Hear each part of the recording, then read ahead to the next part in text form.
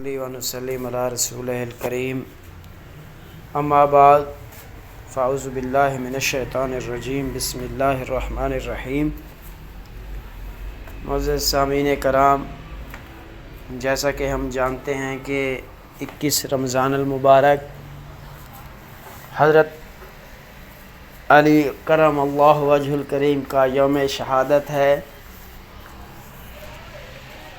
تو حضرت علی المرتضیٰ کرم اللہ وجہ الکریم 17 رمضان المبارک 40 ہجری کو بیدار ہوتے ہیں تو اپنے شہزادہ گرامی سید الاصفہاء راکب الدوش مصطفیٰ جناب حضرت حسن مجتبیٰ رضی اللہ تعالیٰ عنہ کو اپنا خواب سناتے ہیں کہ آج رات سرکار دو عالم صلی اللہ علیہ وسلم سے میں نے عرض کیا ہے کہ لوگوں کے نامناسب رویے سے سخت نزاع کی صورت پیدا ہو چکی ہے، تو جناب رسالت مآب صلی اللہ علیہ وسلم نے ارشاد فرمایا کہ علی تم اللہ عز و جل سے دعا کرو، لہٰذا میں نے اللہ عز و جل کی بارگاہ میں دعا مانگی، اے اللہ مجھے ان سے بہتر لوگوں میں پہنچا دے۔ اسی طرح گفتگو ہو رہی تھی کہ کوفہ کی جامع مسجد کے مؤذن نے صدائے مدینہ لگاتے ہوئے صلاۃ والسلام کی آواز بلند کی، تو مولا مشکل کشا علی المرتضیٰ شیر خدا کرم اللہ وجہ الکریم مسجد کی طرف روانہ ہوئے۔ اتنے میں سامنے سے ابن ملجم آ گیا، اس نے اچانک آپ پر تلوار سے بھرپور وار کیا، آپ کا سر اقدس پیشانی سے کن پٹی تک کٹ گیا اور تلوار دماغ تک جا پہنچی۔ لوگ جمع ہو گئے اور قاتل کو پکڑ لیا۔ زخم اگرچہ بہت گہرا تھا مگر آپ مزید 2-3 دن دنیا میں تشریف فرما رہے۔ 21ویں شب آپ کی شہادت عمل میں آئی۔ ابن ملجم کی لوگوں نے پکڑا اور اس کے ٹکڑے ٹکڑے کر کے اس کو آگ میں جلا دیا۔ یہ بھی کہا جاتا ہے کہ کوفہ کے جامع مسجد کے اندر آپ پر حملہ ہوا تھا، لیکن تاریخ الخلفاء میں طبقات ابن سعد کے حوالے سے لکھا ہے کہ یہ حملہ نماز میں لوگوں کو جگاتے ہوئے ہوا تھا۔ ان دونوں حالات ناگفتہ باتیں، سخت نزاع اور اختلافات، اور خوارج نے جو بغاوت مچا رکھی تھی، لیکن ان نامساعد حالات میں بھی مولا مشکل کشا کرم اللہ وجہ کریم فجر کی نماز میں جگانے کے لیے تشریف لے گئے۔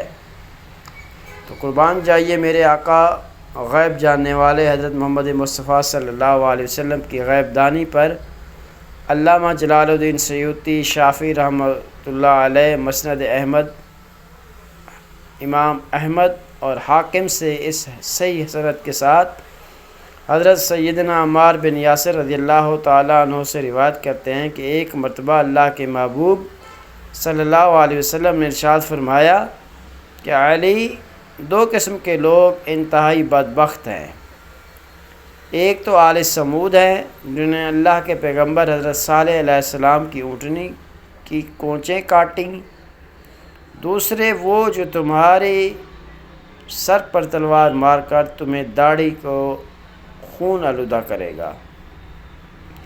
تو میرے آقا علیہ الصلوۃ والسلام نے مولا مشکل کشا کو پہلے ہی بتا دیا تھا کہ تمہارے سر پر تلوار ماری جائے گی اور تمہاری داڑھی خون سے رنگین ہو جائے گی، اور یہ وہی ہوا۔ آپ کی شہادت کیوں عمل میں آئی؟ ابن ملجم جو آپ کا قاتل تھا وہ ایک عورت پر عاشق تھا۔ وہ عورت خوارج سے تعلق رکھتی تھی، اس کا نام حسطام تھا۔ اس نے اپنے عاشق سے کہا کہ میرا مہر سن لو، اگر وہ لا سکتے ہو تو میں شادی کروں گی۔ کہا 3000 درہم اور حضرت علی کرم اللہ وجہ الکریم کا سر۔